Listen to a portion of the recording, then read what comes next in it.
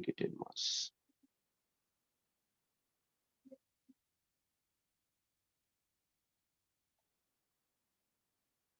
देखिए इस वाले मास स्मॉल m पे आपको फोर्स बताना है, तो क्या करेंगे, यहाँ पे principle of superposition concept use करते हैं। Principle of superposition, principle of superposition क्या कहता है, सपोज दैट इस मास पे आपको फोर्स बताना है, तो इस मास को रहने दो, बाकी इसके अलावा जो भी मास है स्पेस में उसको one at a time force apply करना है। ये प्रिंसिपल सुपरपोजिशन है, कॉमन लैंग्वेज में सिंप्लीफाई करके बताया हूँ। प्रिंसिपल सुपरपोजिशन का मतलब होता है कि जो किसी भी मास पे जब हम फोर्स की बात करते हैं तो taking one at a time, जब वन से इंटरेक्शंस की बात करते हो तो दूसरे को, तीसरे को, चौथे को एब्सेंट मानना है, ठीक है ना। तो इस स्मॉल एम और इस स्मॉल एम के बीच में इंटरेक्शंस देखते हैं, तो ये स्मॉल एम इस स्मॉल एम को इधर की तरफ अट्रैक्ट करेगा, ये फोर्स मान लीजिए एफ है। ये स्मॉल एम इस स्मॉल एम को इधर की तरफ अट्रैक्ट करेगा, ये भी फोर्स एफ है। अब इस एफ और एफ का रिजल्टेंट बताना है, vector sum of all forces.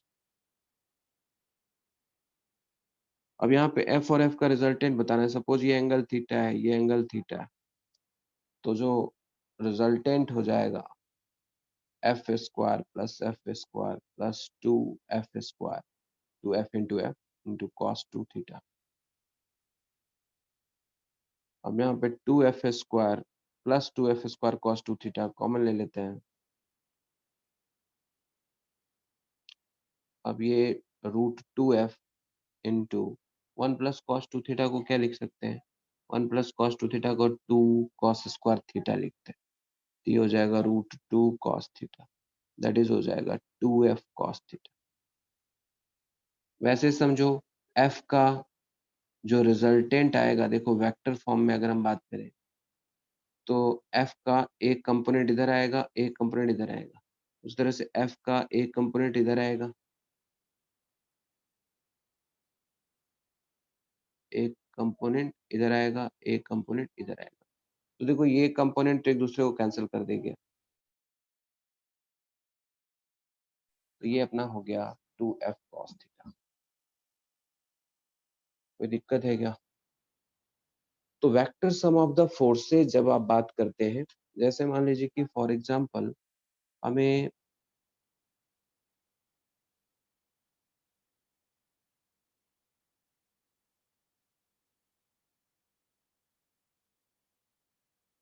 तीन मास है, ये ए डिस्टेंस पे है,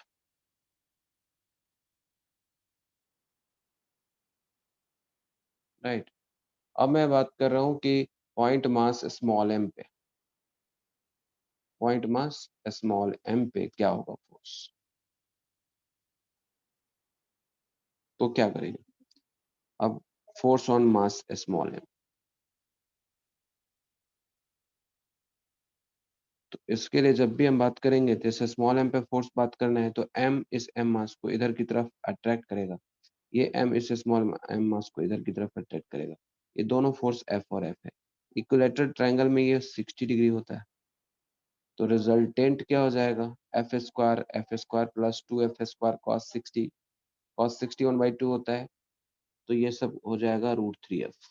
आप ये याद रखो, दो इक्वल वेक्टर के लिए 60 डिग्री पे रिजल्टेंट रूट थ्री एफ होता है, 90 डिग्री पे रूट टू एफ होता है, और 120 डिग्री पे एफ के इक्वल होता है। ये सब आपको स्पीड मैनेज करेगा, इसलिए ये सारी चीजें आपको डायरेक्ट याद रहना चाहिए। तो यहाँ से अपने पास हो गया F R is equal to root three F. ये उसी तरह से अपने पास क्या हो सकता है, ये आपको मैं होमवर्क में देता हूँ, ये स्क्वायर में कर दिया,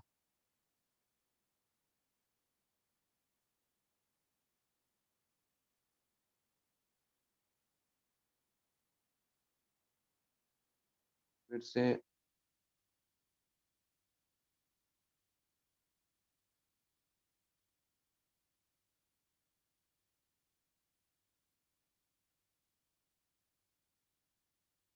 साइड लेंथ ए है, और उसके सेंटर पे भी am not mass.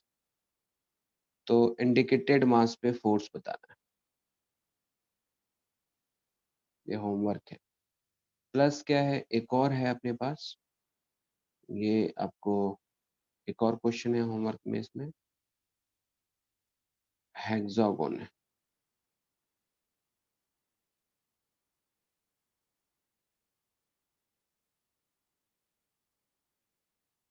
Regular hexagon है और इसके सेंटर से एक्स डिस्टेंस ऊपर, इसके प्लेन से एक्स डिस्टेंस ऊपर ये पॉइंट मास, इस पॉइंट मास पे बताना है कि क्या होगा फोर्स। समझ में आ गया ना? जिस प्लेन में ये रेगुलर हेक्सागोन के वर्टिसेस हैं, उस प्लेन के परपेंडिकुलर सेंटर से एक्स डिस्टेंस ऊपर एम नॉट मास है। So what is the force on mass am not, ये आपको एकदम सोच करके थोड़ा सा डिस्कस करेंगे।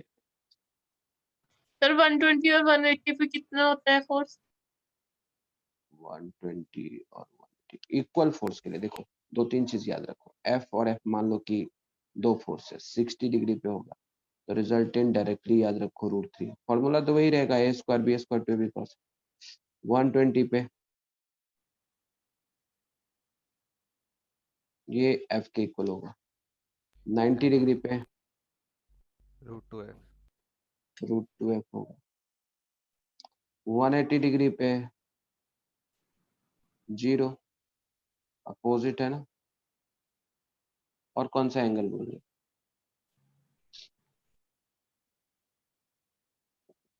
ठीक है, तो ये सारी चीजें आपको याद रखना। चलिए आगे बढ़ते हैं।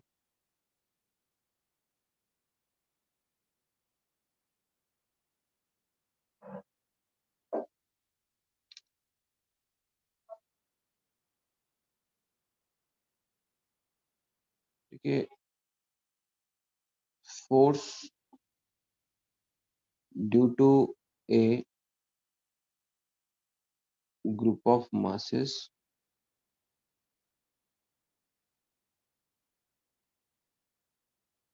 with one or two mass absent।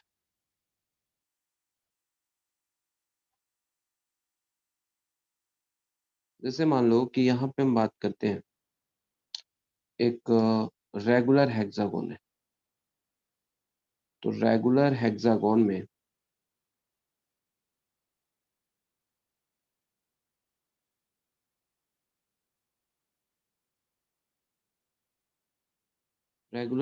में one two three four five six. So regular hexagon में अपने पास ये 6 वर्टिसेस है, ठीक है, 6 वर्टिसेस है। ओके, यहाँ पे सब पे मास m और m दिया है, और एक मास m नॉट है जो सेंटर पे रखा हुआ है, रेगुलर हेक्सागोन के सेंटर पे रखा हुआ।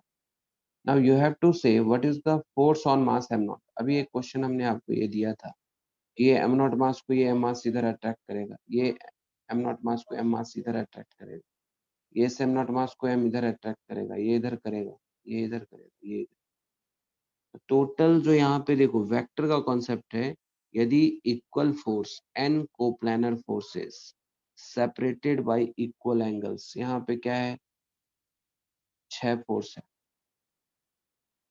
6 फोर्सेज है और सेपरेटेड बाय इक्वल एंगल से, अगर हर एंगल सेम है और एक ही प्लेन में है, तो रिजल्टेंट फोर्स क्या होगा, 0 होगा। 0। Not only for 6, for n coplanar forces. Coplanar मतलब होता है एक ही प्लेन में, तो अगर n कोप्लानर फोर्स भी है और एक पॉइंट पे लग रहा है, तो रिजल्टेंट जो फोर्स होगा वो 0 होगा। तो यहाँ तो 0 होगा, लेकिन हमने सपोज दैट एक मास यहाँ से हटा दिया, मतलब हम इसको वेक्टर फॉर्म में कैसे लिख सकते हैं। If suppose that F1 vector है, F2 वेक्टर है, F3 है, F4 है, F5 है, F6, तो यहाँ पे F1 vector plus F2 vector plus F3 vector plus F4 vector plus F5 plus 6 F6 0। Now suppose that we have just removed one mass from one of the corner of the regular hexagon. Now we have only 5 masses. One mass is being removed from the vertices. In that case, what will be the force? यहाँ पे देखिए, अगर 6 मास है तो सबका force 0 है। तो अगर 5 यहाँ से रिजल्टेंट में अगर हम 5 की बात करें तो इक्वल्स टू माइनस F6 होगा। अगर टोटल का सम 0 है तो वेक्टर फॉर्म में प्लस अगले मतलब फर्स्ट 5 का जो सम होगा वो 6 के अपोजिट के साथ होगा। इसका ये मतलब है कि कभी भी जब 5 होगा तो 1 के इक्वल होगा, 4 होगा तो 2 के इक्वल होगा। बहुत ही इजीली हम निकाल सकते हैं। जैसे मान लो इस कॉन्सेप्ट के हिसाब से सिर्फ आप छठे वाले मास का जो फोर्स है एम नॉट पे देखो। ये एम मास मान लो 6 है, तो ये एम मास इस एम नॉट मास को इधर की तरफ अट्रैक्ट करेगा। तो एक फोर्स जो F6 है वो हो जाएगा G m0 बाई ये डिस्टेंस जो होता है। आप हमेशा रेगुलर हेक्सागोन में ये डिस्टेंस याद रखो, सेंटर से वर्टिसेस तक का डिस्टेंस कितना होता है? साइड लेंथ के इक्वल होता है। रेगुलर हेक्सागोन आपके सिलेबस में बार बार आता है, आप ये ध्यान रख लीजिए। एक तो अपने पास देखो ये डिस्टेंस ए होगा, ये भी डिस्टेंस ए होगा, ये भी डिस्टेंस ए होगा, तो ऑब्वियसली ये 60 होगा, ये 60 होगा, ये 60 होगा, ये भी 60 होगा। टोटल जो ये जो साइड लेंथ 120 हो।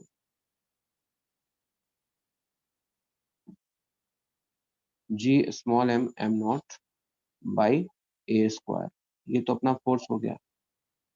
और ये माइनस F6 है, मतलब जो ये नेट कॉन्फ़िगरेशन के कारण जो फोर्स होगा वो माइनस F6 होगा। मतलब फोर्स किधर की तरफ लग जाएगा? फोर्स जो लग जाएगा वो इधर की तरफ अपोजिट। अपोजिट लग जाएगा। ठीक है, टुवर्ड्स indicated।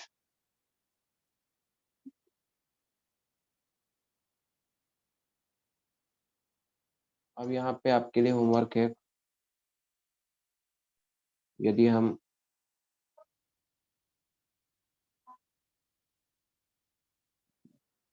पेंटागन लेते हैं,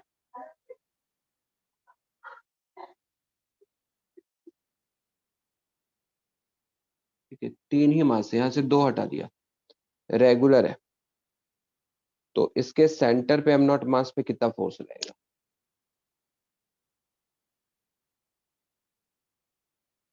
ये सारे होमवर्क को जो है ना क्लास के जस्ट बाद, क्लास 2 बजे के बाद 3 तक बजे तक सबको सोच के और सेंड कर देना। सर एक बार ये हेक्सागोन वाला रिपीट कर दो। कल वाला भी है होमवर्क ना, और उसका ये जितना भी क्या बोलते हैं उसको, जो भी आपको फंडामेंटल है, इम्पैक्टिबल है, वो सबको सॉल्व करके भेजना आज ही। सर ये हेक्सागोन वाला एक बार रिपीट कर दो ना सर। ये हेक्सागोन वाला, ये वाला ऊपर वाला भी था ना वो मासेस माइनस मतलब इक्वल्स टू माइनस F60 वाला। ये वाला देखो, मैंने क्या बताया कि अगर 6 मास होता है तो फोर्स जो होगा वो 0 होगा। ये समझ में आया? Yes sir. क्या रिजल्ट होता है कि किसी भी मास पे यदि n कोप्लानर फोर्सेस लग रहा है या n कोप्लानर वेक्टर्स है और इक्वल एंगल पे सेपरेटेड है, सारे क्या है? इक्वल एंगल पे सेपरेटेड है, तो जो रिजल्टेंट होगा वो क्या होगा? 0। तो यहाँ पे टोटल 6 फोर्स है। देखो एम नॉट मास पे बाकी का जो 6 मास है किधर की तरफ अट्रैक्ट कर रहा है? ये इधर अट्रैक्ट कर रहा है एम नॉट मास को, ये इधर कर रहा है, ये इधर कर रहा है, ये इधर कर रहा है, तो टोटल 6 मास का रिजल्टेंट 0 आना चाहिए। तो मैंने सबका वेक्टर सम 0 कर दिया। अब सपोज दैट हमने एक मास को मिस कर दिया, हटा दिया, तो अब 5 मास का सेंटर पे पूछा जा रहा है, तो टोटल 6 होता तो 0 होता। तो 5 अगर है तो 5 का जो सम होगा वो छठे के माइनस के इक्वल होगा ना। उस एक्सप्रेशन में जैसे अगर मैं कहूँ x1 plus x2 plus x3 equal to 0, इसमें सोचना क्या है कि x1 plus x2 minus x3 होगा, इसमें तो कुछ सोचना नहीं। तो इसलिए मैंने कहा कि ये तो रिजल्टेंट है 5 फोर्सेस का और ये इक्वल आ रहा है 6 फोर्स के माइनस साइन के साथ, तो हम इस बजाय कि हम इस 5 का निकालें, हम 1 का ही निकाल लें ना, जो कि शॉर्टर पड़ेगा।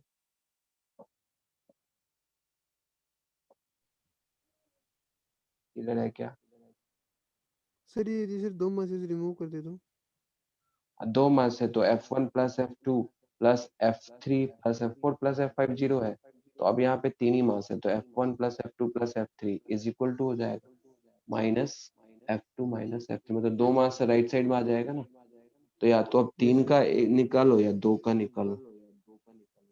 वैसे जब आपको एग्जाम में गिवन होगा ना तो एक ही मास मिस करेगा, क्योंकि 2 मास 3 मास मिस करने पे कैलकुलेशन हार्ड हो जाता है, तो नीट में आपको हार्ड कैलकुलेशन नहीं रहता। Yes sir. सर इसकी डायरेक्शन तो फिर अलग अलग आएगी, क्योंकि अपन ने तो 6 मास में निकाला है, अगर अपन 4th या फिर 3rd में निकालें तो फिर तो अलग ही आएगी ना डायरेक्शन। अलग डायरेक्शन आएगी, डायरेक्शन तो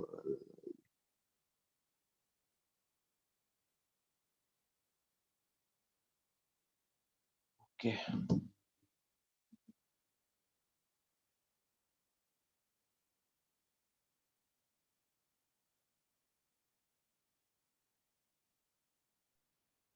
ओके, अब यहाँ से हम लोग देखते हैं gravitational field.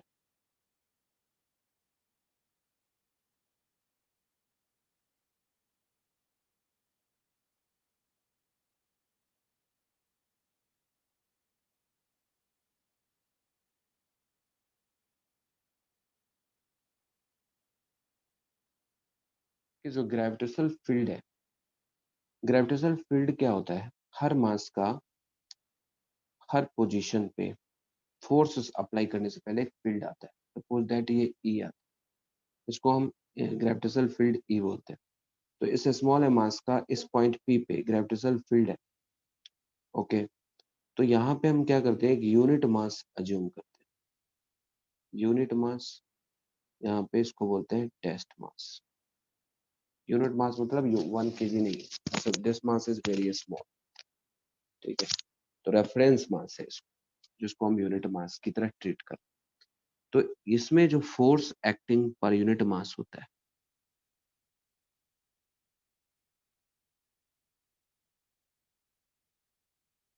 is called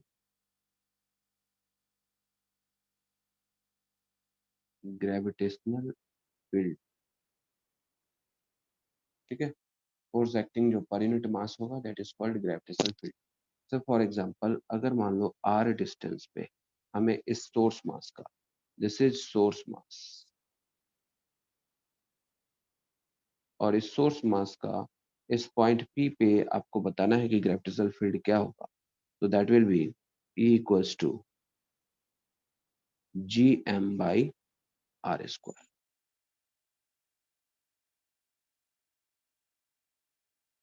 gm by क्या होगा, r स्क्वायर। जी यहाँ पे ग्रेविटेशनल कांस्टेंट है, m क्या है, मास ऑफ द पार्टिकल है, r क्या है।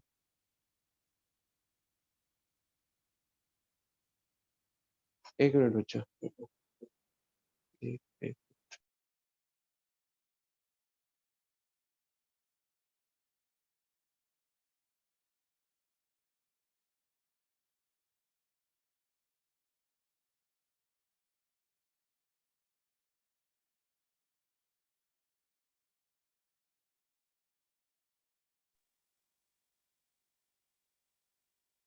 तो यहाँ से जो फोर्स एक्टिंग पर यूनिट मास है is called gravitational field.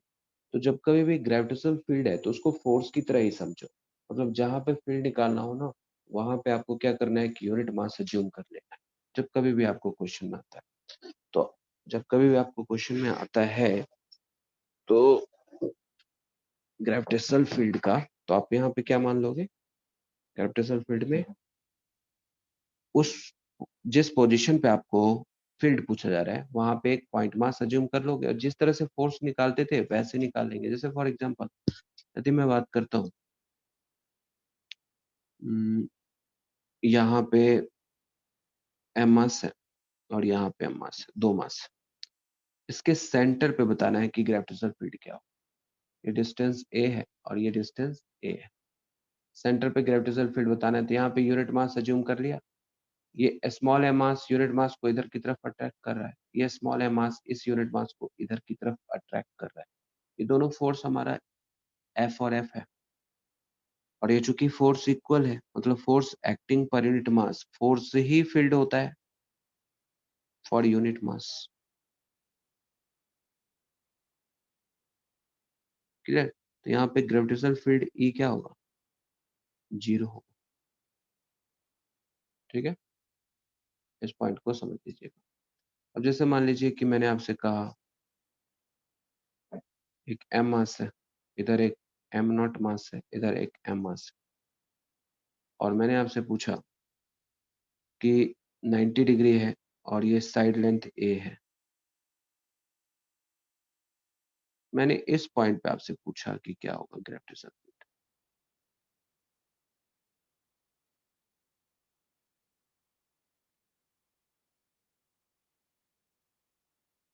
Point P पे ग्रेविटेशनल फील्ड आपसे पूछ रहा है, ये ए है, ये ए है, तो ये √2a होगा। समझ में आया क्या? ये यस ए है, सर। ये ए है, तो √2a होगा। अब पॉइंट पी यस पे सर। ग्रेविटेशनल फील्ड बताना है, तो आप क्या करोगे? यहाँ पे यूनिट मास अज्यूम करोगे। कहाँ पे? जिस पॉइंट पे निकालना है, 1 मास मान लो। अब ये एम मास इस 1 मास को इधर की तरफ अट्रैक्ट करेगा, ये इसको इधर की तरफ अट्रैक्ट करेगा। दोनों जो ई है, ई हम ग्रेविटेशनल फील्ड को रिप्रेजेंट कर रहे हैं। अब यहाँ पे दोनों वेक्टर 90 डिग्री पे है, तो रिजल्टेंट √2e होगा। 90 यस डिग्री सर। पे रिजल्टेंट √2e होगा। अब ई का मैग्नीट्यूड पुट कर दो, जी m1 m2, तो m2 तो 1 है, और डिवाइडेड बाय a स्क्वायर। ये हमारा रिजल्टेंट ग्रेविटेशनल फील्ड है।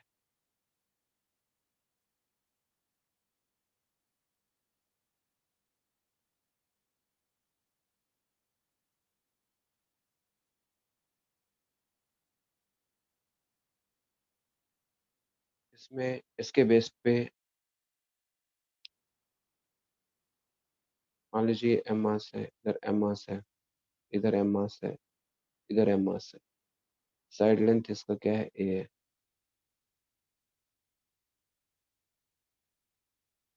ठीक है, और यहाँ पे ग्रेविटेशनल फील्ड बताना है, इसको हम 2m कर देते हैं, क्योंकि अगर मास m होगा तो सबका फोर्स 0 होता है, तो फील्ड भी 0 होता है, लेकिन यहाँ पे 2m मास कर दिया। अब आपको बताना है कि gravitational field at the point क्या हो। ये सारे क्वेश्चंस को आपको भेजना है 3 बजे से पहले।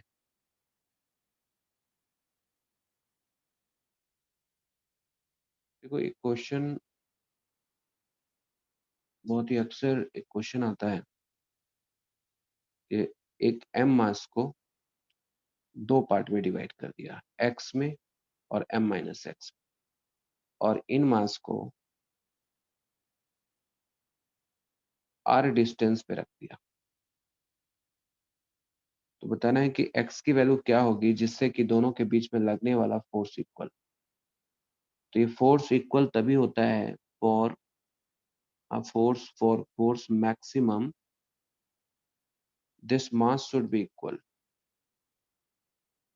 To x is equal to m, x होता है m/2, या रिजल्ट होता है। इसको ध्यान रखिएगा। इसका प्रूफ कैसे होगा? तो फोर्स अपने पास हो गया g x m-x divided by r square. For force to be maximum, dF/dx को क्या करना पड़ेगा? 0। जब dF को 0 करोगे, तो जब आप x m-x को x के रेस्पेक्ट में डिफ्रेंशिएट करोगे, तो ये हो जाएगा m-2x is equal to 0, x हो जाएगा m/2। इसलिए आप ध्यान रखिएगा इसको, ये इंपॉर्टेंट क्वेश्चन है, अक्सर आते रहता है।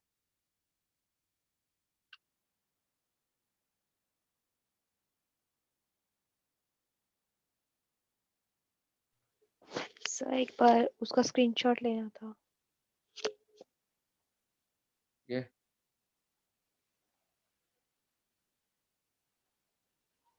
Yes sir.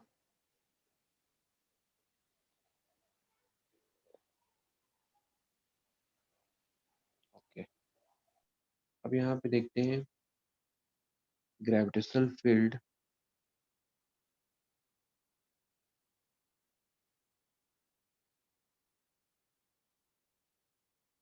Due to rod and ring.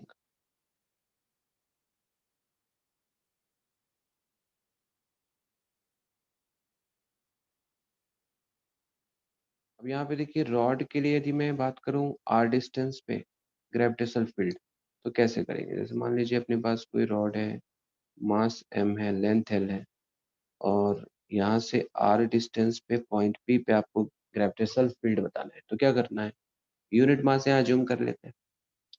अच्छा, अब इस यूनिट मास पे फोर्स की डायरेक्शन रॉड का देखना है। तो ये हो जाएगा, यहाँ से x पे एक एलिमेंट ले लेते हैं, यहाँ से dx एलिमेंट ले लिया, यहाँ से x पे। तो इसका जो dm मास हो गया वो हो गया m/l/dx, और ये x पे हो गया point P unit mass. Force जो हो जाएगा वही फील्ड DE हो जाएगा, g m/l/dx by X square. Integration कर देते हैं।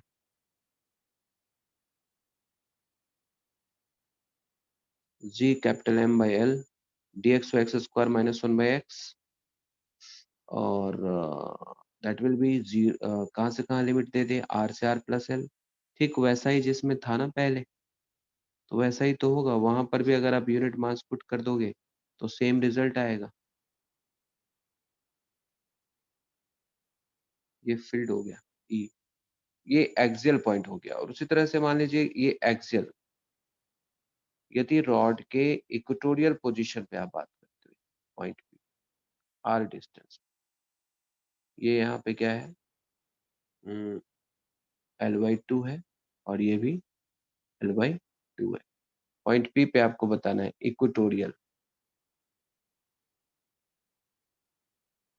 इक्वेटोरियल पोजीशन पे। तो इक्वेटोरियल पोजीशन पे पॉइंट P पे आपको बताना है कि ग्रेविटेशनल फील्ड क्या होगा। तो इस केस में हम क्या करेंगे, यूनिट मास अज्यूम कर लिया। अब एक एलिमेंट मानना पड़ेगा, इधर से मान लो x पे एक dx एलिमेंट, इसका मास अपने को पता है, ये मास इसको इधर की तरफ अट्रैक्ट करे। सिमिलरली यहाँ पर भी एक एलिमेंट मानते हैं सिमेट्रिकल x पे dx, ये मास इसको इधर अट्रैक्ट करे। जो दोनों जो DE है वो सिमेट्रिकल है बाइसेक्टर लाइन से। तो इसके बाद हम इसको रिजॉल्व करेंगे। सपोज दैट ये एंगल थीटा है, तो जो वर्टिकल डायरेक्शन में, इस डायरेक्शन में तो इसका कंपोनेंट दोनों का कैंसिल हो जाएगा, तो नीचे की तरफ जो हो जाएगा वो 2D cos थीटा हो जाएगा।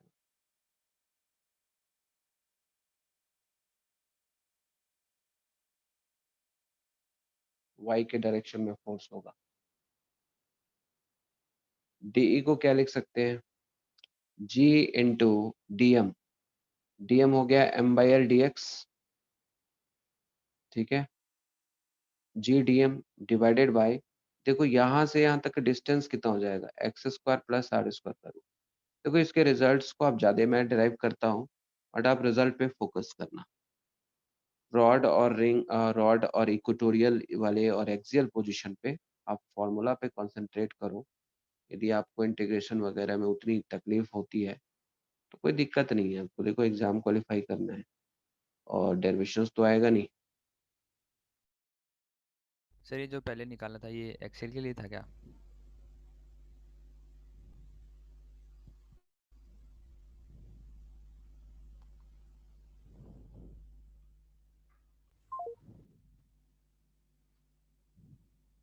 सर हाँ, सर जो ये पहले निकाला था ये एक्सी लाइन के लिए था क्या?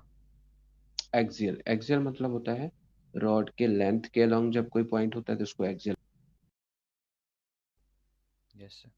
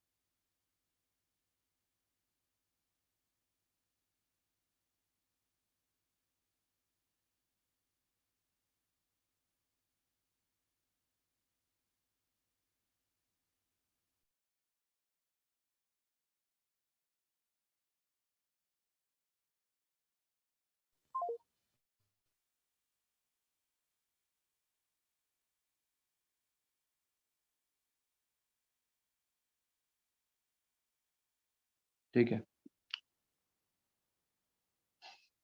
तो यहाँ से हम लोग देखते हैं। हाँ बताइए। सर ये रोड जो है यूनिफॉर्म मास की है ना? हाँ यूनिफॉर्म मास है, तो सर जो मास ये per unit length. Equatorial position निकाला इसमें सर ये मतलब 2d cos थीटा कैसे आया इलेक्ट्रिक मतलब ये ग्रेविटेशनल फील्ड से जीरो आ जाना चाहिए ग्रेविटेशन, क्योंकि सर फोर्स। अच्छा अच्छा ठीक है, देखता हूँ। आप वहाँ से हो, बंगाल से हो या नहीं सर। गुजरात से? नहीं, गुजरात, गुजरात से, यस सर। गुजरात से हो ना? ठीक है, नरेंद्र मोदी। तो इधर M by L D X है, इधर की तरफ ये मास देखो डीएम, इस यूनिट मास को इधर की तरफ अटैक करेगा कि नहीं? और इधर जो मास डीएम है, ये भी इसको इधर की तरफ अटैक करेगा कि नहीं? करेगा यस ना? सर। पहले तो ये वेरीफाई करो। अब ये जो एंगल है थीटा है तो सिमेट्रिकल, ये थीटा होगा तो ये भी थीटा होगा। अब इस डीई जो डीई दोनों ग्रेविटेशनल फील्ड था, डीएम मास के कारण जो भी अपने पास ये ग्रेविटेशनल फील्ड था, उसका एक कंपोनेंट तो इधर की तरफ हॉरिजॉन्टल है और एक कंपोनेंट वर्टिकल है। ये है डी कॉस थीटा और ये है डी साइन थीटा। इसका भी डीई वाला कंपोनेंट इधर की तरफ D okay cos sir. Theta है ना? यस सर समझ में आ गया।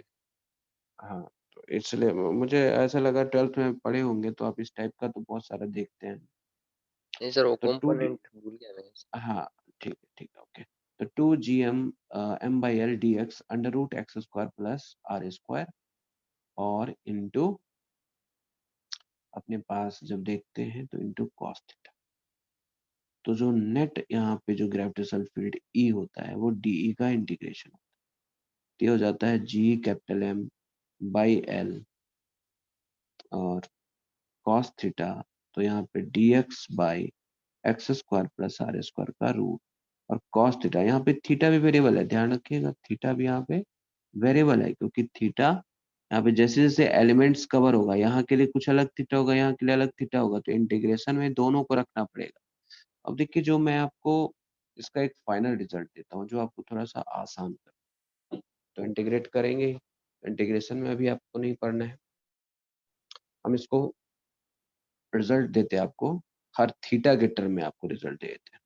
ई is equal to 2g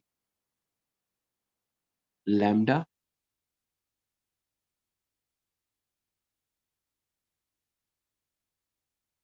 sine theta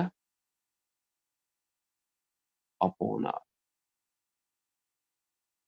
देखिए क्या चीज है, लैम्डा यहाँ पे मास per unit length,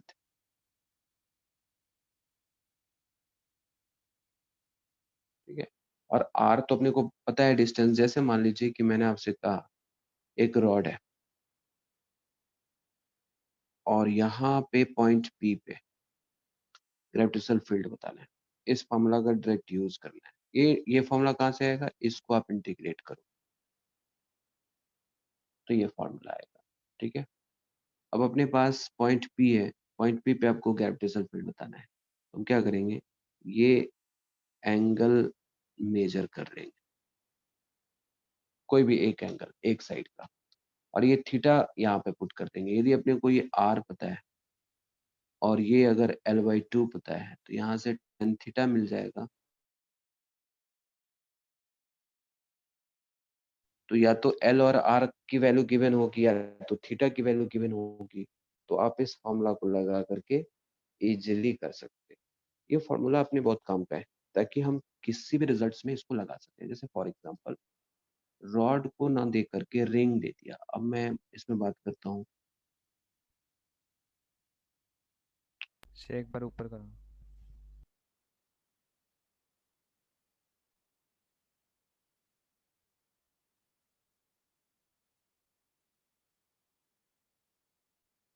okay sir.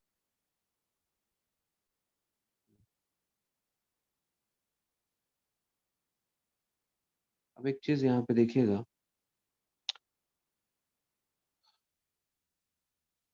ये होमवर्क है आपको, रॉड है, ये एंगल दे दिया 60 डिग्री, पॉइंट पी है, मास पर यूनिट लेंथ लैम्डा है, कभी कभी मास m और l ना दे करके लैम्डा गिवन हो, और मास और लेंथ गिवन होगा तो m/l करके लैम्डा निकाल लेंगे, वैल्यू पुट कर लेंगे। ठीक है,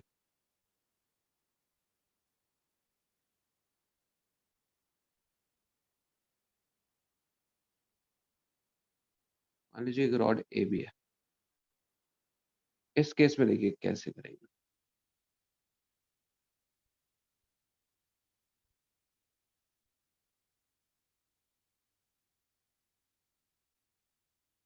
तो यहाँ पे देखिए रॉड तो ए बी है इधर, तो पॉइंट पी तो इस साइड आ गया, अब बाइसेक्टर पे नहीं है, तो पहले तो यहाँ से एक परपेंडिकुलर ड्रॉप, ठीक है, परपेंडिकुलर ड्रॉप कर दिया। अब इसका जो वर्टिकल कंपोनेंट होगा, देखो ये एंगल अपने पास, जैसे ग्रेविटेशनल फील्ड जो ई हो जाएगा जी लैम्डा बाई आर, इसको लिख देंगे, ये एंगल मान लो कि थीटा 1 और ये एंगल क्या होगा थीटा 2, तो इसको कर देंगे sine theta 2 minus sine theta 1। ठीक है, चलो इसको थोड़ा सा ये वाला केस अभी हटाते हैं, इसको थोड़ा और डिटेल पढ़ते हैं, डायरेक्ट समझ में नहीं आ रहा हो। ठीक है, आगे बढ़ते हैं। देखो जो यहाँ से अगर आप बात करते हैं ग्रेविटेशनल फील्ड,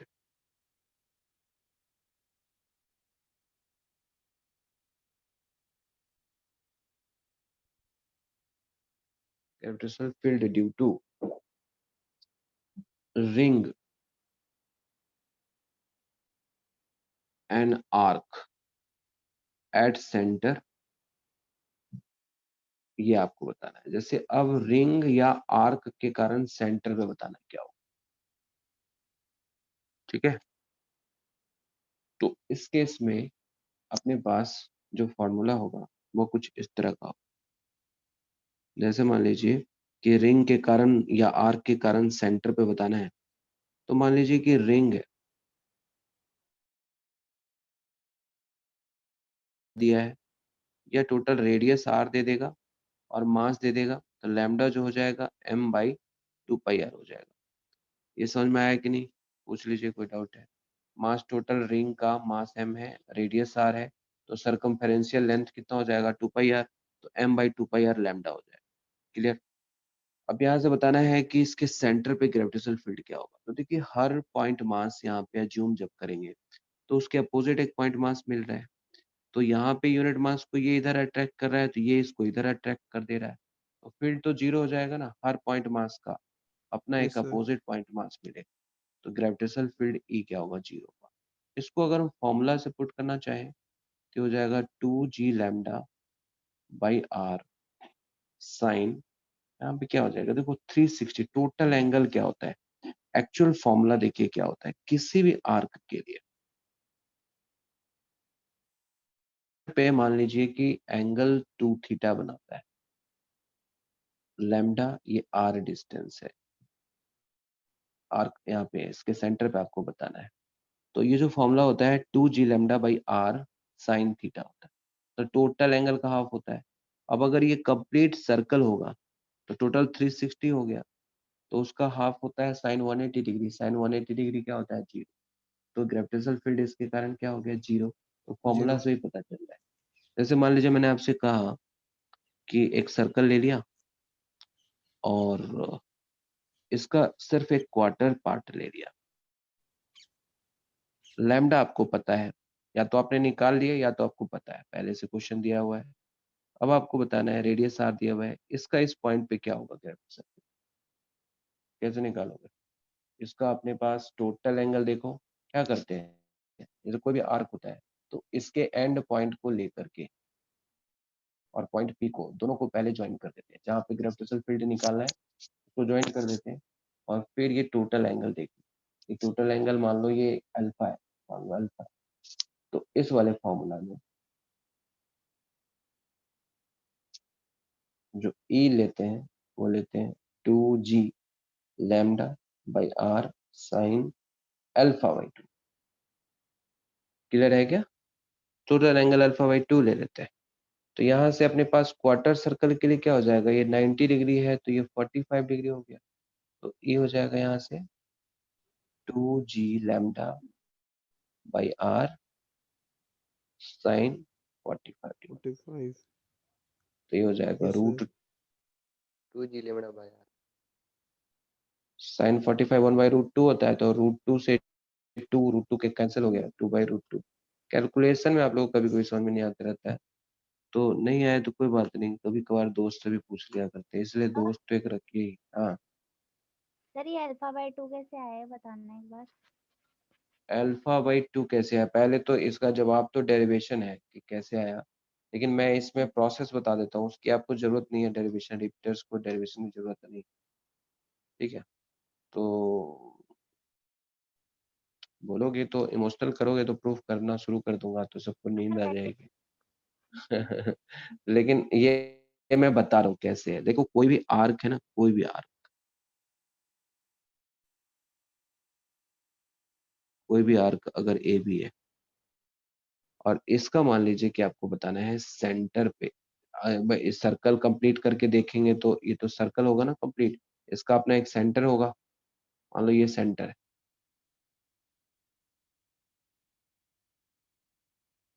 ये सेंटर है, तो पहले ए को इस पॉइंट से ज्वाइन करो, फिर बी को इस पॉइंट से ज्वाइन करो। उस वाले फॉर्मूला में फॉर्मूला बताया था 2g lambda by sine theta. Theta क्या होता है, हाफ एंगल। हाफ एंगल का मतलब होता है बाइसेक्टर एंगल, इसका हाफ ऑफ एंगल, अगर ये थीटा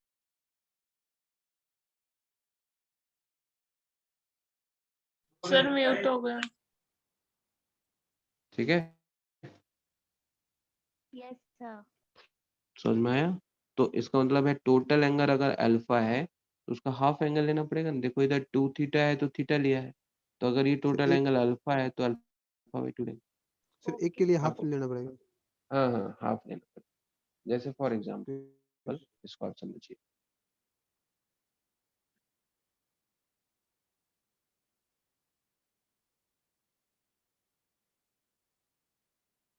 अब मान लीजिए मैंने कहा आपसे कि एक आर्क है और ये सेंटर पे ये एंगल बनाता है π/3 और इसका मास m है और ये लेंथ यहाँ से यहाँ तक l है, π/3 बना रहे हैं आप पॉइंट पे। ग्रेविटेशनल फील्ड इस आर्क के कारण पॉइंट पी पे क्या क्या बताओगे। π/3 मतलब होता है 180 डिग्री बाई 3 तो 60 डिग्री, तो ग्रेविटेशनल फील्ड ये क्या हो गया 2g लैम्डा। लैम्डा को m/l लिख सकते हैं क्या, into yes yes sir. Sir. Sine theta की जगह पे साइन 30 डिग्री लिख सकते हैं क्या, भाई 60 का यस सर। हाफ करना यस है ना, सर। और अपॉन रेडियस, रेडियस ये r, ये डिस्टेंस। देखो ये रेडियस तो सारा रेडियस ही है, इसलिए इसमें कोई टेंशन नहीं, लेकिन ये उसमें जो r था, देखो रॉड वाले केस में वो ये था, रॉड पे भी सेम फार्मूला है और आर्क पे भी सेम फार्मूला है, जी एम साइन 31/2 होता है, 2 से 2 कैंसिल हो गया, divided by L R. Clear है क्या, अब ये सारे क्वेश्चन बन जाएंगे यस आपको सर। Yes sir. पैकेज वाले। आकाश ने मॉडल में कम से कम इस टाइप का जो है ना 8-10 क्वेश्चन दिया हुआ है, समझिए वो सारा बना गया।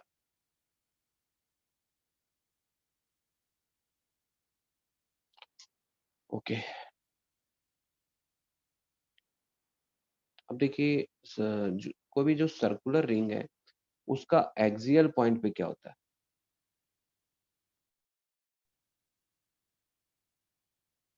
Gravitational field of a ring at axial point. अब एक्सियल पॉइंट पे आपको बताना है कि ग्रेविटेशनल फील्ड क्या होगा। इस केस में हम कैसे करेंगे एक्सियल पॉइंट पे, तो यहाँ पे हम क्या करेंगे, जैसे रिंग है यहाँ पे इंटीग्रेशन यूज करना पड़ेगा, बट इंटीग्रेशन में ज्यादा इन्वॉल्व नहीं होंगे। पॉइंट पी मान लीजिए मास m है, रेडियस r है, और यहाँ से x डिस्टेंस पे सेंटर पे एक्सियली तो आप समझ रहे हो ना। पहले वाला क्या था, रिंग के प्लेन में ही वो पॉइंट था। जैसे कॉपी की सीट में आपने प्लेन ड्रॉ किया है, जिस प्लेन में आपने रिंग बनाया है उसी प्लेन में वो पॉइंट। अब यहाँ पे क्या है, प्लेन के परपेंडिकुलर रिंग है और एक्सिस से पास कर, तो एक्सल जो होता है, जो एक्सल होता है उसके अबाउट यहाँ पे पॉइंट पी पे आपको ग्रेविटेशनल फील्ड बताना है। तो ये जो ग्रेविटेशनल फील्ड हो ये होगा gmx by X square plus R square इसकी पावर 3/2। मतलब यदि x 0 हो गया तो E 0 होगा। मतलब यहाँ पे आप देखो ध्यान से, तो पॉइंट P पे यदि आप ग्रेविटेशनल फील्ड की बात करते हो, gravitational field of a ring at axial point बताना है, यदि अपने को पॉइंट P पे बताना है कि ग्रेविटेशनल फील्ड क्या होगा, तो एक यूनिट मास यहाँ पे एज्यूम करते हैं। तो जब यूनिट मास एज्यूम करोगे यहाँ पे, तो ये रिंग इसको इधर की तरफ एक्सिस के अलॉन्ग अट्रैक्ट करे, और अगर यूनिट मास यहाँ पे रखते हो तो रिंग एक्सिस के अलॉन्ग अट्रैक्ट करे। ये कैसे डिसाइड हुआ कि एक्सिस के अलॉन्ग ही अट्रैक्ट करेगा? तो यहाँ पे फिर वो सेम कॉन्सेप्ट हो गया कि अगर एक डीएम मास ले लेते हैं तो यूनिट मास को एक इधर की तरफ अट्रैक्ट करेगा। तो इसका दो कंपोनेंट होगा, एक इधर एक इधर। ठीक उसी तरह से एक डीएम मास अगर यहाँ पे ले लेते हैं तो ये इसको इधर अट्रैक्ट करेगा, इसका भी एक कंपोनेंट इधर होगा और एक इधर। ये वाला कंपोनेंट कैंसिल कर जाएगा तो एक्सिस वाला कंपोनेंट ऐड हो जाएगा। इसलिए मैंने कहा कि हमेशा जो ग्रेविटेशनल फील्ड होता है वो हमेशा टुवर्ड्स द सेंटर होता है, टुवर्ड्स द सेंटर जाता है। मतलब देखो ये डायरेक्शन भी टुवर्ड्स द सेंटर है, ये भी टुवर्ड्स द सेंटर है। तो ये रेस्टोरिंग नेचर का फोर्स प्रोवाइड करता है ना। मतलब अगर एम नॉट मास को कुछ यहाँ पे रिलीज करोगे, पॉइंट पी पे, पॉइंट पी पे रिलीज करोगे तो ये रिंग अपने सेंटर की तरफ इसको अट्रैक्ट करेगा, खींच लेगा। फिर इसको स्पीड आ जाएगा सेंटर पे पहुंचने के बाद, फिर ये स्पीड के कारण इसके इस साइड चला जाएगा, फिर इसको धीरे धीरे रिटार्ड करके रोकेगा क्योंकि अब फोर्स बदल रहा है। जिधर हमारा फील्ड होता है उधर ही फोर्स होता है।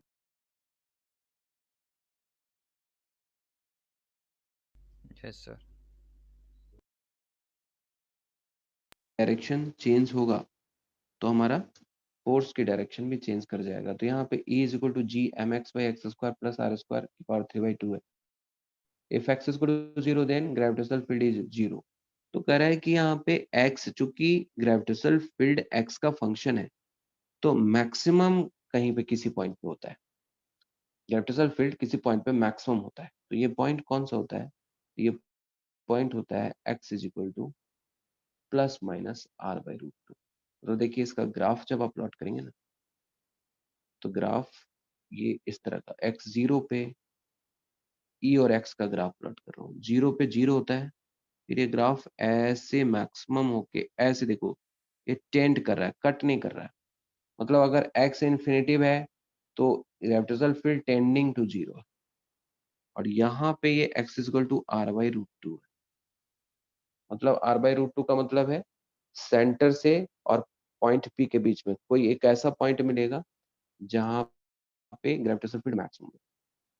और देखो इस साइड अगर ग्रेविटेशनल फील्ड पॉजिटिव है तो इस साइड नेगेटिव होगा। मान लो कि ये डायरेक्शन को हमने पॉजिटिव माना है तो ये नेगेटिव मानेंगे, इसको नेगेटिव माना है तो इसको पॉजिटिव मानेंगे।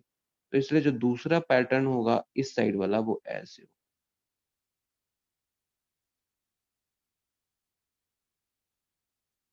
ग्राफ समझ में आया? यस।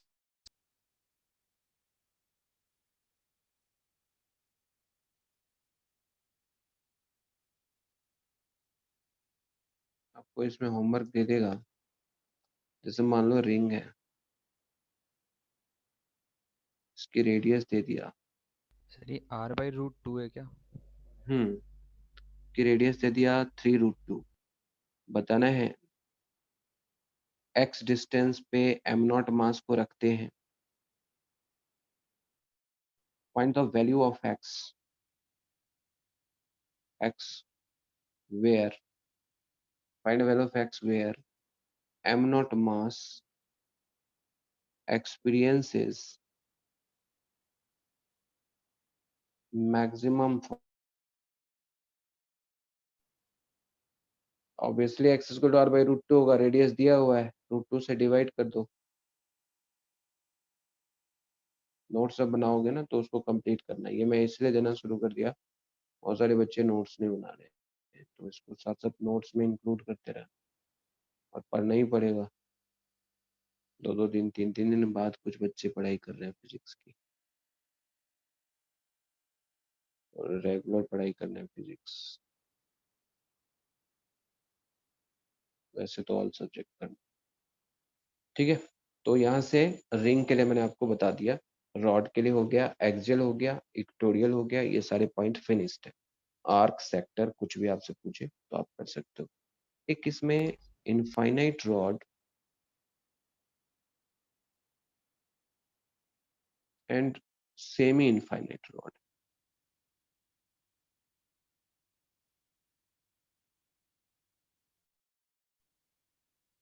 देखो, जो इनफाइनाइट रॉड है और सेमी इनफाइनाइट रॉड में एक चीज आपको ध्यान रखना है, इनफाइनाइट रॉड मतलब हो गया यहाँ से आर डिस्टेंस है, ये रॉड इधर भी इंफिनिटी प्लस इंफिनिटी है, इधर भी माइनस इंफिनिटी है, आर डिस्टेंस पे पॉइंट पी पे लीनियर मास डेंसिटी दिया हुआ। देखो, ये जो एंगल आप इनफाइनाइट पे जैसे जैसे आप लेंथ बढ़ाते जाओ, जैसे जैसे आपने लेंथ बढ़ाते चले गए तो इसका एंगल भी इंक्रीज करेगा। तो जब इनफाइनाइट हो जाएगा तो थीटा टेंड करेगा किसको, 90 डिग्री। तो उस वाले फॉर्मूला में E इज इक्वल टू अपने पास है 2g lambda by R sine 90 degree. तो यहाँ पे जो ग्रेविटेशनल फील्ड हो जाएगा वो 2g लैम्डा बाई आर हो। सेमी इनफाइनाइट में एक जो एंड होता है वो फिक्स होता है, ठीक है, एक एंड फिक्स होता है। और ग्रेविटेशनल फील्ड ऑब्वियसली जो डायरेक्शन होगा वो किधर की तरफ होगा। देखो, ये एक डीएम मास ले लेंगे, एक एंड तो इसका फिक्स हो गया, मतलब लेंथ कट गया, नीचे वाला पार्ट हटा दिया तो सेमी इनफाइनाइट रॉड हो गया। तो अब इसका बताना है यहाँ पे पॉइंट बी पे, तो अब क्या करेंगे इसको, यहाँ पे तो ग्रेविटेशनल फील्ड तो निकालना है, तो डीएम मास यूनिट मास ले लिया, तो इसका इधर की तरफ डायरेक्शन हो गया, तो एक कंपोनेंट इधर हो गया और एक कंपोनेंट इधर। ठीक है, clear, okay. Yes sir. Yes sir. तो इस ये जो ग्रेविटेशनल फील्ड की वैल्यू होती है ई, ये होता है √2g लैम्डा बाई आर।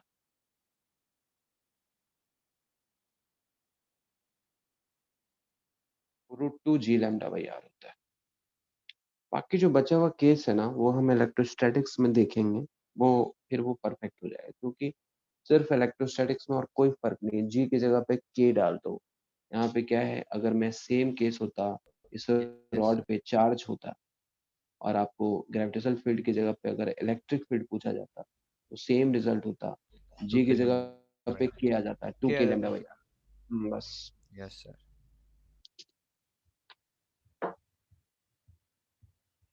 इसलिए उस केस को हम देखेंगे, मतलब हम उस केस को देखेंगे जिसमें ऐसे हो सकता है।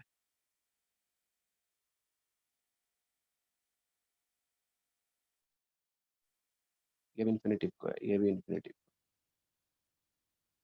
ठीक है, इस केस को भी देखेंगे, लेकिन नेट में नहीं आता है, लेकिन देख लेंगे। अब क्या रिस्क क्या ले, कुछ भी छोड़ने का रिस्क नहीं लेना चाहिए।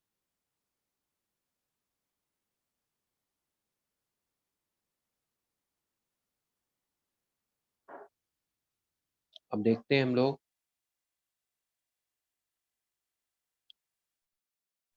ग्रेविटेशनल फील्ड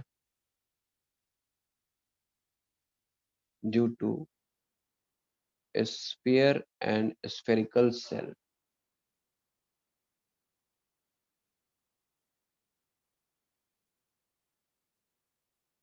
देखिए, gravitational field due to sphere and spherical shell बताना।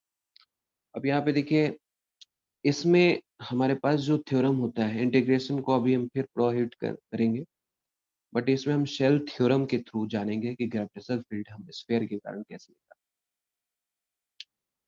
तो हम एक स्फीयर लेते हैं, पहले स्फीयर का केस ले लेते हैं। स्फीयर में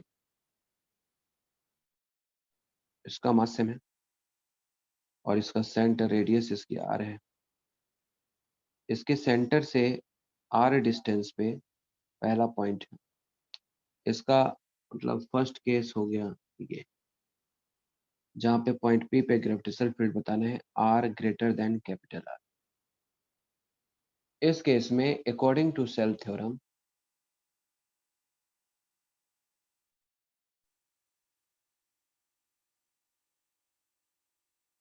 हम क्या करते हैं, पॉइंट इस पूरे सेल के मास को इसके सेंटर पे अज्यूम कर लेते हैं फॉर आउटसाइड पॉइंट।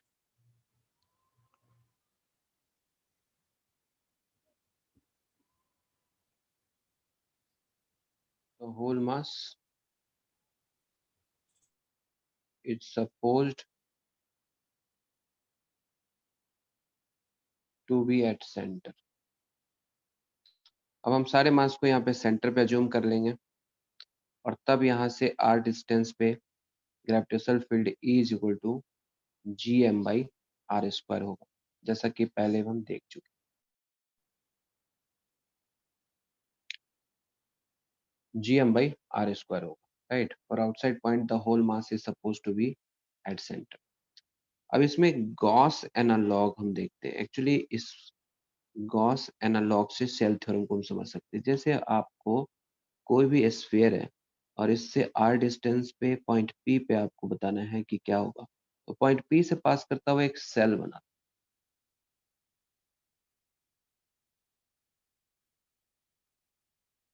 ठीक है। पॉइंट P से पास करता हुआ एक शेल बना दिया और लिखा E इंटू 4πr²। ये होता है gravitational flux is equal to 4πg into mass enclose. जैसे उस तरह से चार्ज इनक्लोज होता है ना, यस आप इलेक्ट्रोस्टैटिक्स में याद रखो E dot ds is equal to 4πg mass enclose, तो उसी के इक्विवेलेंट ये सेल थ्योरम। यहाँ पे गॉस एनालॉग से इसको समझते हैं कि जिस पॉइंट पे आपको ग्रेविटेशनल फील्ड बताना है ना, पॉइंट P से पास करता हुआ एक हम क्या ड्रॉ करते हैं, हम ड्रॉ करते हैं स्फीयर। अब ये E into 4πr² is equal to 4πg into mass enclose, तो कैपिटल M हो गया, 4π से 4π कैंसिल हो गया, तो E यहाँ से हो जाएगा gm/r²।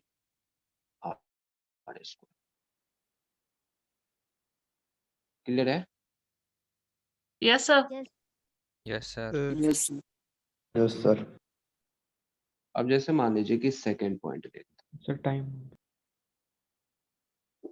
टाइम हो गया, चलो इसके आगे हम कंटिन्यू करेंगे, ठीक है। अभी आप रोटेशंस को बनाते रहिए, क्योंकि रोटेशन वाले चैप्टर्स को क्विट मत करिएगा। अभी ग्रेविटेशंस की थ्योरी पढ़िए जो होमवर्क में दे रहा हूँ, खाली आप वो देख लीजिए, इसके अलावा और कुछ मत करिए ग्रेविटेशन, ठीक है। और ओके सर, बाकी सर। जो काम है रोटेशन में लगाइए इतना टाइम पूरा, okay sir.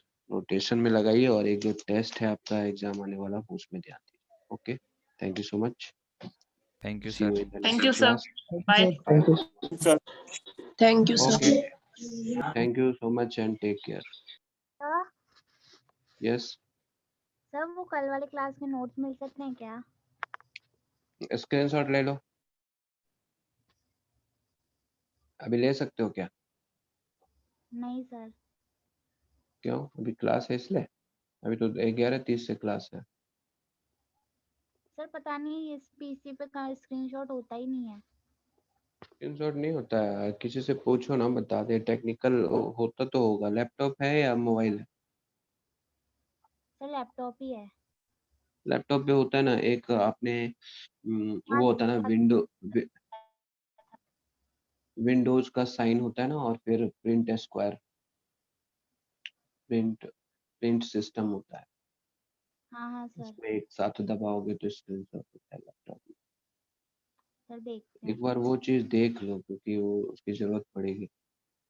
Okay sir. Sir थोड़ी देर के लिए पकड़ा जाए।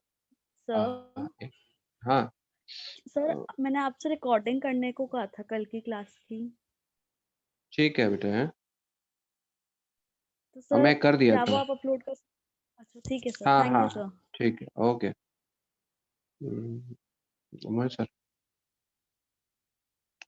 हाँ बताइए सर।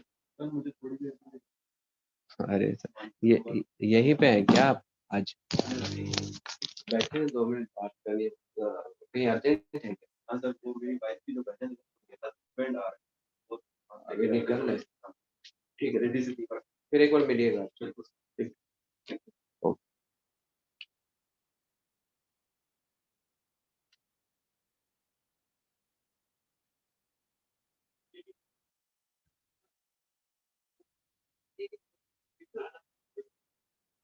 ठीक है।